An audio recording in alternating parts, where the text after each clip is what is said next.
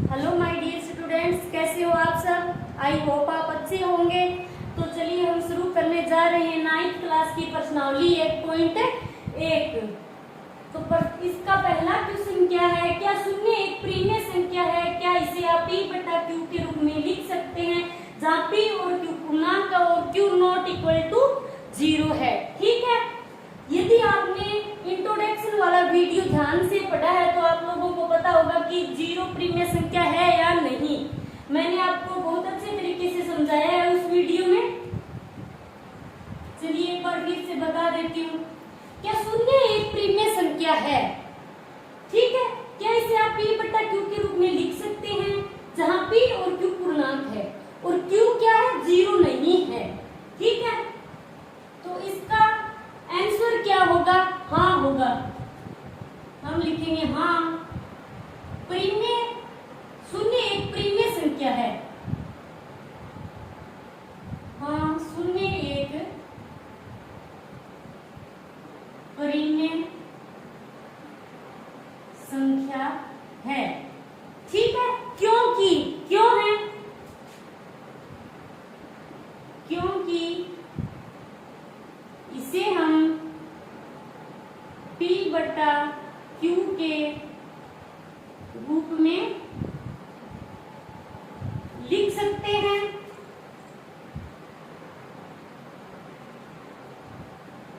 ठीक है, जैसे ये 0 है। ठीक है, यदि मैंने लिख दिया 0/1, 0/1 ये क्या है, p बटा q के रूप में है। p व q क्या है, दोनों पूर्णांक है, इसे हम p बटा q के रूप में लिख सकते हैं। 0/1 लिख दिया हमने तो कोई फर्क नहीं पड़ेगा, 0 ही आएगा वापस। तो 0/2 लिख सकते हैं हम, या 0/n, यानी n क्या है यहाँ पर, कोई भी पूर्ण संख्या, प्राकृत संख्या हम लिख सकते हैं। पूर्ण में 0 है, 0 नीचे 0 कभी नहीं आएगा। ठीक है, अंश 0 हो सकता है और हर 0 नहीं होगा। ठीक है, हर 0 नहीं होगा, अंश 0 हो सकता है। तो 0 का मतलब क्या है, 0 प्रीमिय संख्या, क्योंकि 0/1 हम लिख सकते हैं। तो इसमें अंश क्या है, अंश 0 है, तो अंश 0 हो सकता है लेकिन हर 0 नहीं होना चाहिए। तो यहाँ पर हर 0 नहीं है। ठीक है, तो इसलिए यह 0 क्या होगी, एक प्रीमिय संख्या होगी। ऑप्शन क्या है, 3 और 4 के बीच में 6 प्रीमिय संख्याएं ज्ञात कीजिए। ये क्वेश्चन कैसे करेंगे हम, यदि 3 और 4 क्या है, पूर्ण संख्या, यदि हमें पूर्ण संख्या दी गई हो 3 और 4 जैसे, ठीक है, यानी बटा में नहीं होनी चाहिए और माइनस में नहीं होनी चाहिए। 3 और 4 के बीच में 6 प्रीमिय संख्याएं ज्ञात कीजिए। कितनी ज्ञात करनी है हमें, 6 प्रीमिय संख्याएं। तो हम क्या करेंगे, यदि जिन संख्याओं के बीच की प्रीमिय संख्या ज्ञात करनी हो वो संख्याएं पूर्ण संख्याएं हो, तो हम क्या करेंगे, ये जो 6 प्रीमिय संख्या ज्ञात करनी है तो इसमें 1 जोड़ देंगे, यानी 6 + 1, 6 + 1 कितना हो गया, 7 हो गया। अब हम क्या करेंगे, यानी 3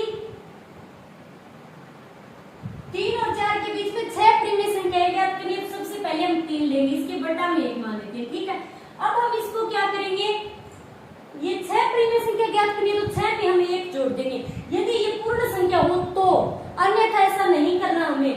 ये पूर्ण संख्या 3 और 4, तो हम क्या करेंगे, 6 प्रीमिय संख्या ज्ञात करनी है हमें, तो इसमें 1 जोड़ देंगे, कितने हो गए, 7। अब 7 का ऊपर नीचे गुणा करा देंगे। ठीक है, 7/7। अब दूसरी क्या है, 4, इसी प्रकार हम 4 को भी 7/7 से गुणा करा देंगे, यानी इससे कोई फर्क नहीं पड़ेगा, ये तो 3 का 3 ही है। हमने तुल्य भिन्न बना लेंगे ताकि हम इसके बीच की 6 प्रीमिय संख्याएं ज्ञात कर सके। इसका ऊपर गुणा करा देंगे, 7 या 21/7 और फिर 7 + 28/7।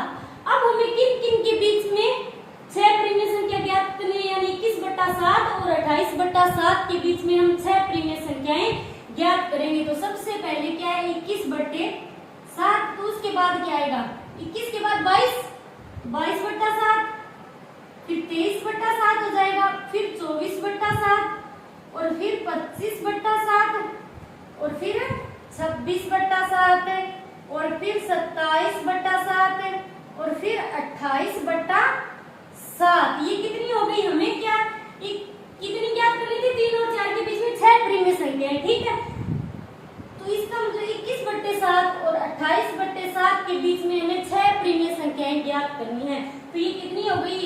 3 4 5 6, इन दोनों के बीच में कितनी होगी 6 प्रीमिय संख्याएं। ठीक है, ऐसा हम कब करेंगे, जब यदि हमें ये जो संख्याएं दी गई है जिनके बीच की प्रीमिय संख्या ज्ञात करनी है, वो संख्याएं यदि क्या हो, ये 3 और 4 यदि पूर्ण संख्या हो तभी हम ऐसा करेंगे, अन्यथा ऐसा नहीं करेंगे।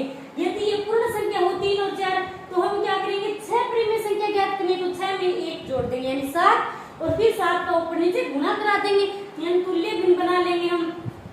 ठीक है, अब देखिए इसका तीसरा क्वेश्चन। तीसरे क्वेश्चन में क्या दिया है, 3/5 और 4/5 के बीच में 5 प्रीमिय संख्याएं ज्ञात कीजिए।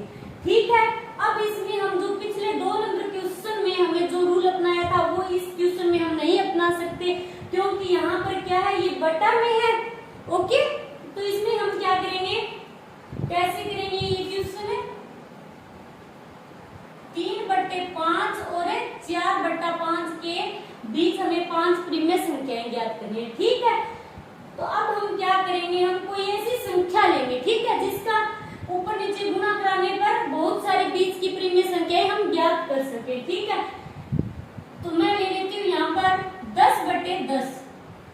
ठीक है, इन दोनों के 3/5 और 4/5 दोनों को क्या 10/10 से गुणा करवा देते हैं। ठीक है, तो कितना आएगा, ये तो आ गया 30/50 और ये कितना आ गया 40/50। ओके, अब हम 30/50 और 40/50 के बीच में कितनी प्रीमिय संख्याएं ज्ञात कर सकते हैं, हमें करनी कितनी है, 5 ही करनी है। ठीक है, हमें ज्यादा नहीं करनी, तो कैसे करें, ये कितना है 30/50, इसके बाद क्या आएगा 31/50, ये 50 सेम रहेगा, ऊपर वाली संख्या बढ़ती जाएगी, 32/50, 33/50, 34/50 और 35/50। हमें कितनी प्रीमिय संख्या ज्ञात करनी है, इनके बीच 5, तो ये कितनी होगी, यानी 30/50 और 40/50 के बीच में 5 प्रीमिय संख्याएं ज्ञात करनी है, तो ये हो गई हमारी 5। तो इसके बाद हम लिख देंगे 40/50, हमें ज्यादा ज्ञात ही नहीं करनी। तो इन दोनों के बीच में कितनी प्रीमिय संख्याएं हो गई, 1 2 3 4 5। ओके, 5 ही प्रीमिय संख्याएं हमें ज्ञात करनी है। यदि ज्यादा करनी हो तो आप लिख सकते हो 36/50, 37/50, यानी 40/50 से पहले कितना 39/50 तक आप लिख सकते हो। अब हमारा चौथा क्वेश्चन, तो चौथा क्वेश्चन क्या है, नीचे दिए गए कथन सत्य है या असत्य, कारण के साथ अपने उत्तर दीजिए। तो पहला क्या, प्रत्येक प्राकृत संख्या एक पूर्ण संख्या होती है, यानी प्रत्येक प्राकृत संख्या एक पूर्ण संख्या होती है। प्राकृत संख्या, इसके लिए इन क्वेश्चनों को सोल्व करने के लिए आपको इसका बेसिक ध्यान में होना चाहिए, संख्याओं के बारे में आपको पूरा नॉलेज होना चाहिए। यदि आपको संख्याओं के बारे में जानकारी नहीं होगी तो आप ऐसे क्वेश्चन सोल्व नहीं कर सकते। ठीक है, इसलिए आपको इंट्रोडक्शन वाला वीडियो अगर आपने ध्यान से पढ़ लिया है तो आपको कोई प्रॉब्लम नहीं होगी ये क्वेश्चन करने में। तो पहला क्वेश्चन क्या है, प्रत्येक प्राकृत संख्या एक पूर्ण संख्या होती है। तो सबसे पहले आपको पता होना चाहिए कि प्राकृत संख्या कौन सी होती है और पूर्ण संख्या कौन सी होती है। प्राकृत संख्या कौन सी होती है, नेचुरल नंबर, जिसे n से कैपिटल N से प्रदर्शित करते हैं। ठीक है, प्राकृत संख्याएं होती है जो 1 से शुरू होकर अनंत तक चलती है। तो 1 2 3 ये इस प्रकार चलती रहेगी अनंत तक। ठीक है, ये तो गई प्राकृत संख्या। और पूर्ण संख्या, पूर्ण संख्या कौन सी होती है, पूर्ण संख्या होल नंबर। ठीक है, जिसे W से प्रदर्शित करते हैं और ये 0 से शुरू होकर अनंत तक चलती है। अब क्वेश्चन को ध्यान से समझो कि प्रत्येक प्राकृत संख्या कौन सी है ये। ठीक है, यानी प्रत्येक प्राकृत संख्या एक पूर्ण संख्या होती है। ठीक है, यानी पूर्ण संख्या के समूह में, ठीक है, पूर्ण संख्या का समूह है ये नीचे वाला है। ठीक है, प्राकृत संख्या का समूह है ये n है ऊपर वाला। तो प्राकृत संख्या का, ठीक है, प्रत्येक प्राकृत संख्या जो है हमें पूर्ण संख्या के समूह में मिल जाएगी। यानी एक प्राकृत संख्या 1 से शुरू होकर अनंत तक चलती है, पूर्ण संख्या 0 से शुरू होकर अनंत तक चलती है। तो प्रत्येक प्राकृत संख्या, ठीक है, प्रत्येक प्राकृत संख्या को हम पूर्ण संख्या में पा सकते हैं। तो इसलिए ये कथन क्या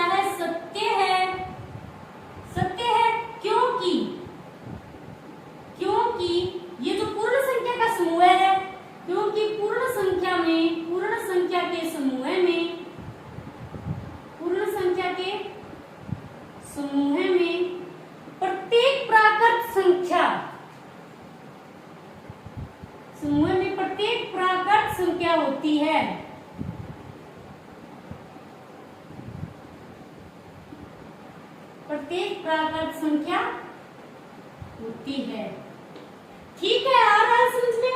अब दूसरा क्वेश्चन क्या है, ये हो गया हमारा पहला। दूसरा क्या है, प्रत्येक पूर्णांक संख्या एक पूर्ण संख्या होती है। इसको कैसे सोल्व करोगे आप, यानी आपको पूर्णांक संख्या के बारे में पता होना चाहिए। पूर्णांक संख्याएं कौन सी होती है, जिसे आई से या जेड से प्रदर्शित करते हैं। और कौन सी होती है पूर्णांक संख्या, जो जीरो से शुरू होकर राइट साइड और लेफ्ट साइड दोनों तरफ अनंत तक बढ़ती है, धनात्मक और ऋणात्मक। ठीक है, जीरो से शुरू होकर, या फिर क्या थी पूर्णांक संख्या की परिभाषा, यानी पूर्ण संख्या के समूह में। ठीक है, यदि प्राकृत संख्याओं के ऋणात्मक मानों को ऐड कर दिया जाए तो वे संख्याएं कौन सी होती है, पूर्णांक संख्याएं होती है। यानी पहले हम क्या करेंगे, पूर्ण संख्या लिखेंगे 0 1 2 3 और ये चलती रहेगी अनंत तक। अब क्या थी हमारी परिभाषा की, पूर्ण संख्या के समूह में, ये पूर्ण संख्या का समूह हो गया, इसमें प्राकृत संख्याओं के ऋणात्मक मानों को ऐड कर दिया जाए, यानी प्राकृत संख्या का समूह ये ऊपर वाला है, इसके मान यहाँ पर पॉजिटिव है और हमें यहाँ क्या करने हैं, नेगेटिव, -1 -2 -3, यानी ऋणात्मक मान हमें लेने हैं। तो ये हो गई पूर्णांक संख्या। अब क्वेश्चन को पढ़ो, प्रत्येक पूर्णांक संख्या, ठीक है, एक पूर्ण संख्या होती है। ये है पूर्ण संख्या। क्या प्रत्येक पूर्णांक संख्या एक पूर्ण संख्या होती है, यानी ये पूर्णांक संख्या जो है, प्रत्येक पूर्णांक संख्या को हम पूर्ण संख्या में पा सकते हैं क्या? प्रत्येक पूर्णांक संख्या हमें पूर्ण संख्या में नहीं मिलेगी, क्योंकि पूर्णांक संख्या में क्या है, पूर्ण संख्या तो 0 से शुरू होकर खाली अनंत तक चलती है। ठीक है, और पूर्णांक संख्याएं क्या है, 0 से माइनस की ओर भी बढ़ती है, जबकि पूर्ण संख्या में माइनस यानी ऋणात्मक मान नहीं है। ठीक है, तो ये कथन क्या होगा, असत्य होगा, यानी प्रत्येक पूर्णांक संख्या हम पूर्ण संख्या में नहीं पा सकते हैं। यदि ये क्वेश्चन उल्टा होता कि प्रत्येक पूर्ण संख्या में पूर्णांक संख्या होती है क्या, यानी प्रत्येक पूर्ण संख्या तो ये होती है, प्रत्येक पूर्ण संख्या एक पूर्णांक संख्या होती है, ऐसा होता तो हम इस कथन को सत्य करते, क्योंकि प्रत्येक पूर्ण संख्या प्राकृत पूर्णांक संख्या में मौजूद होती है। ठीक है, तो अब ये होगा हमारा असत्य। ये कथन क्या है, असत्य है, क्योंकि कारण क्या है, क्योंकि पूर्ण संख्या में ऋणात्मक मान नहीं होते हैं, जबकि पूर्णांक संख्या में ऋणात्मक मान भी होते हैं, क्योंकि पूर्ण संख्या के समूह में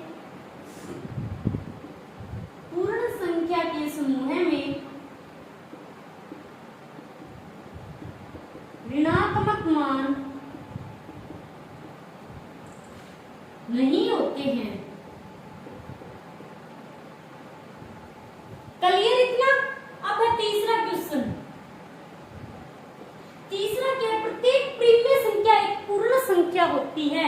प्रत्येक प्रीमिय संख्या कौन सी होती है, जिन्हें P बटा Q के रूप में लिखा जाए। P और Q क्या होते हैं, अंश बटे हर होते हैं, और P और Q क्या होने चाहिए, पूर्णांक होने चाहिए। ठीक है, और Q का मान क्या होना चाहिए, 0 नहीं होना चाहिए, यानी Q नॉट इक्वल टू 0। प्रत्येक प्रीमिय संख्या ये होती है प्रीमिय संख्या। ठीक है, अब क्वेश्चन क्या कह रहा है, प्रत्येक प्रीमिय संख्या एक पूर्ण संख्या होती है, ये होती है पूर्ण संख्या। ठीक है, ये पूर्ण संख्या और ये प्रीमिय संख्या है। प्रत्येक प्रीमिय संख्या क्या पूर्ण संख्या होती है? तो ये कथन क्या है यहाँ पर, ये कथन यहाँ पर असत्य होगा, क्योंकि प्रीमिय संख्याएं तो माइनस में भी होती है, जबकि पूर्ण संख्या में तो माइनस ऋणात्मक मान भी नहीं है। ये क्वेश्चन होगा असत्य, जबकि कारण ये भी दे सकते हैं हम कि प्रीमिय संख्या तो बहुत बड़ी होती है। ठीक है, और ये क्या है, पूर्ण संख्या तो इसका एक छोटा सा भाग है, तो ये कथन होगा हमारा असत्य, क्योंकि प्रत्येक प्रीमिय संख्या एक पूर्ण संख्या होती है, क्योंकि असत्य है, क्योंकि पूर्ण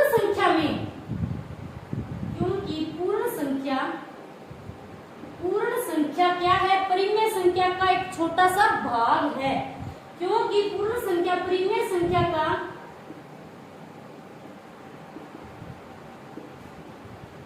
परिमेय संख्या का एक भाग है। ओके,